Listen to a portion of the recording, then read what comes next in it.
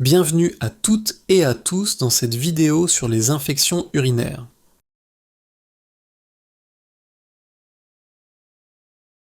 Une infection urinaire est une infection des voies urinaires. Si elle est limitée à la vessie, on parle de cystite. Si elle dissémine jusqu'au parenchyme rénal, on parle de pyélonéphrite.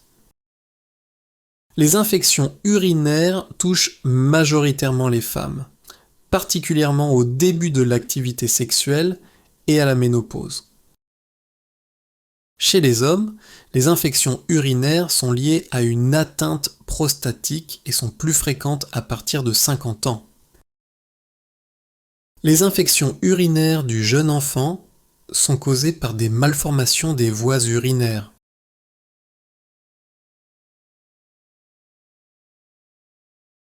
Chez les femmes, on parle d'infections urinaires basses quand il n'y a pas d'atteinte rénale.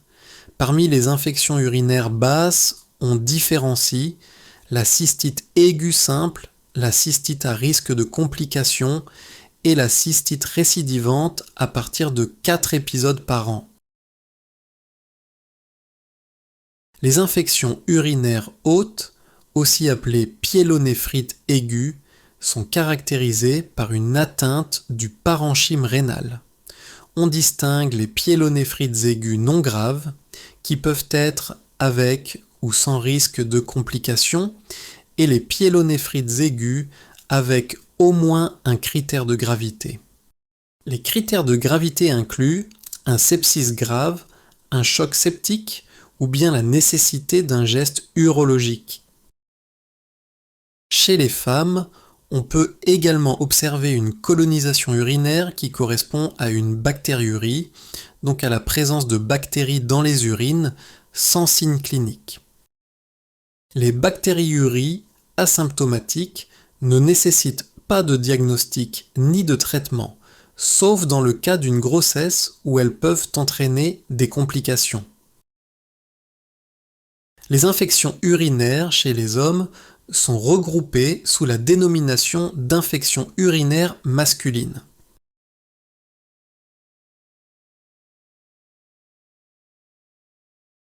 On considère une infection urinaire à risque de complications chez les patients avec au moins un facteur de risque de complications parmi les suivants.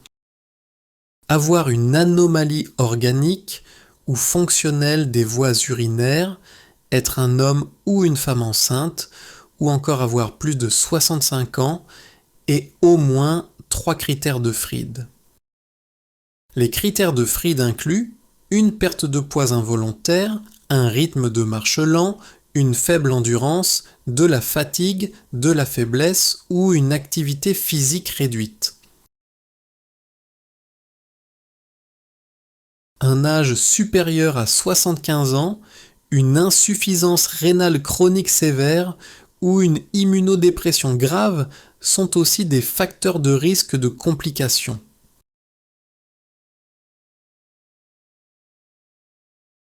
Dans les conditions physiologiques, le tractus urinaire est stérile, notamment grâce à la longueur de l'urètre, à la bactéricidie de l'urine et à la fréquence d'émictions.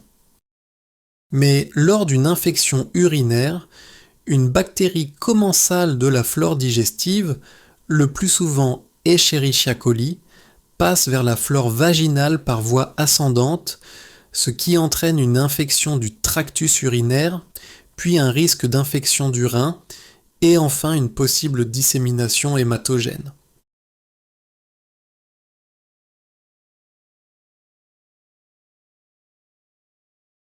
Comme nous venons de le voir, la bactérie la plus fréquemment responsable d'infections urinaires est Escherichia coli. Pseudomonas aeruginosa et Staphylococcus aureus peuvent également être en cause, notamment chez les patients porteurs de sondes.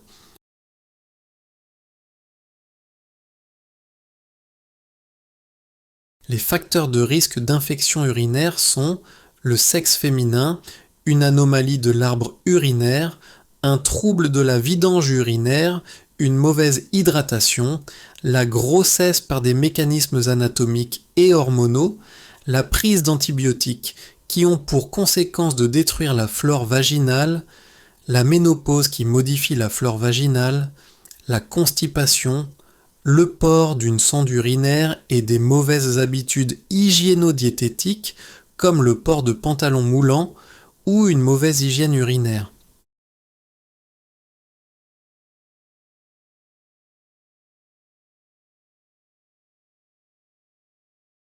Certaines souches d'entérobactéries produisent des bêta-lactamases à spectre élargi. C'est un vrai problème de santé publique puisque ces souches sont résistantes à de nombreux antibiotiques. Les facteurs de risque d'infection à entérobactéries sécrétrices de bêta-lactamases à spectre élargi sont des antécédents d'infection par celle-ci, la prise d'antibiotiques dans les 6 mois précédents, un voyage en zone endémique de BLSE, une hospitalisation qui date de moins de 3 mois et la vie en institution.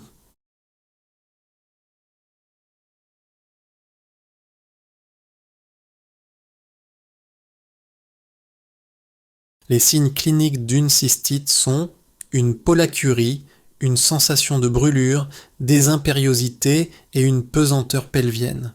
Une hématurie peut s'ajouter à ce tableau clinique. Il n'y a jamais de fièvre ni de douleur lombaire en cas de cystite.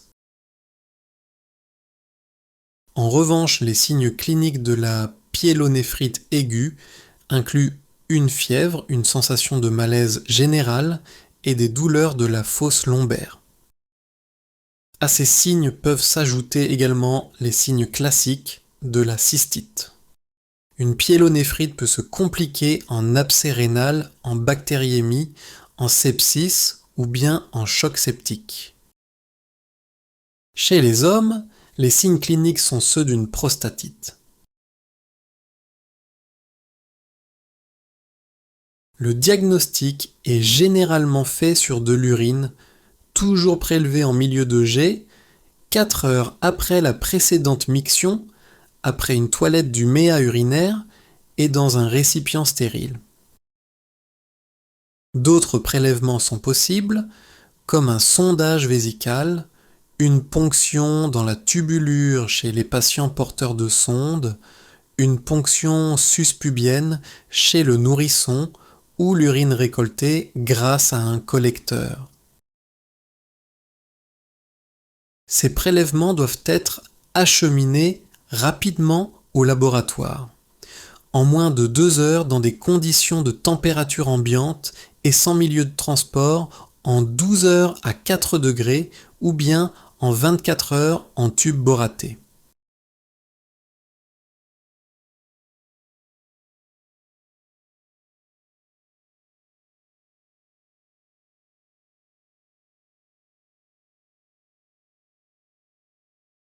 Sur les urines, on réalise une bandelette urinaire qui a surtout une bonne valeur prédictive négative chez la femme et une bonne valeur prédictive positive chez l'homme.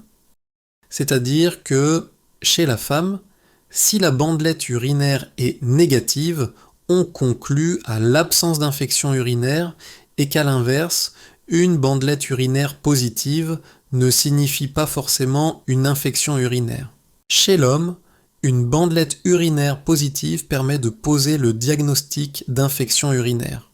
La bandelette urinaire est un examen suffisant pour une cystite simple. C'est également un examen de dépistage chez les femmes enceintes. Il doit être réalisé tous les mois à partir du 4e mois.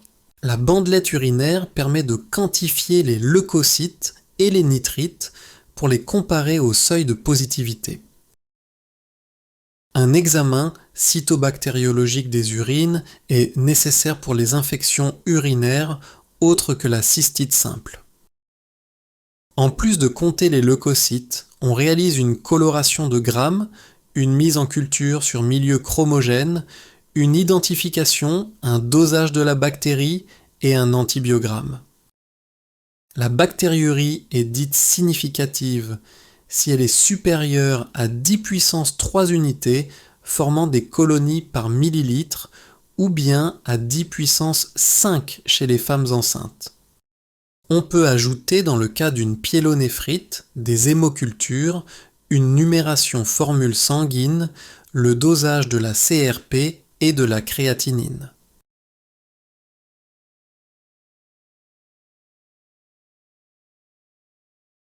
Le traitement des femmes enceintes, qu'elles soient ou non symptomatiques, repose sur les résultats de l'antibiogramme et consiste souvent en de l'amoxicilline pendant 7 jours ou bien de la phosphomycine en dose unique.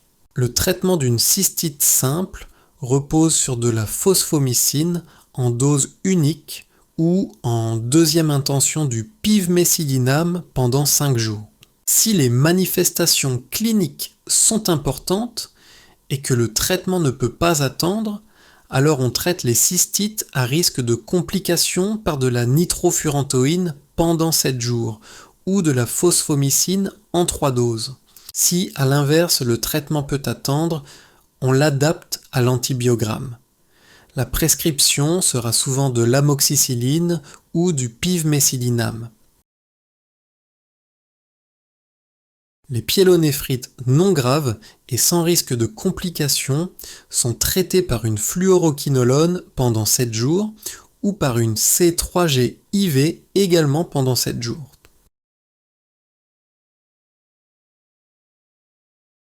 Les pyélonéphrites non graves, mais chez un patient à risque de complications, sont traités par les mêmes molécules qu'on administre cette fois-ci 10 à 14 jours.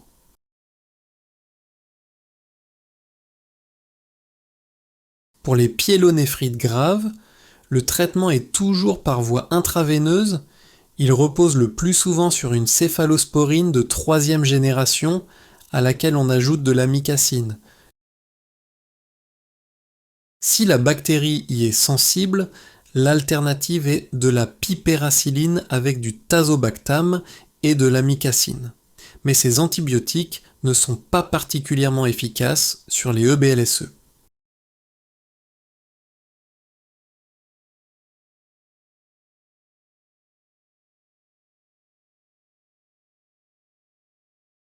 Les infections urinaires masculines sont traitées pendant 14 jours par une fluoroquinolone, une C3G ou bien l'association triméthoprime sulfaméthoxazole.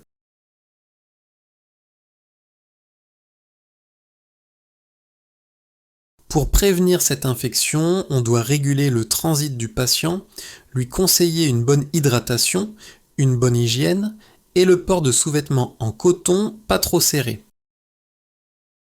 Dans de très rares cas, et si les infections urinaires sont très fréquentes, on peut donner pendant quelque temps une antibioprophylaxie. Si les infections urinaires sont post-coïtales, on conseille une vidange de la vessie après les rapports, et on peut donner un antibiotique 2 heures avant ou après le rapport.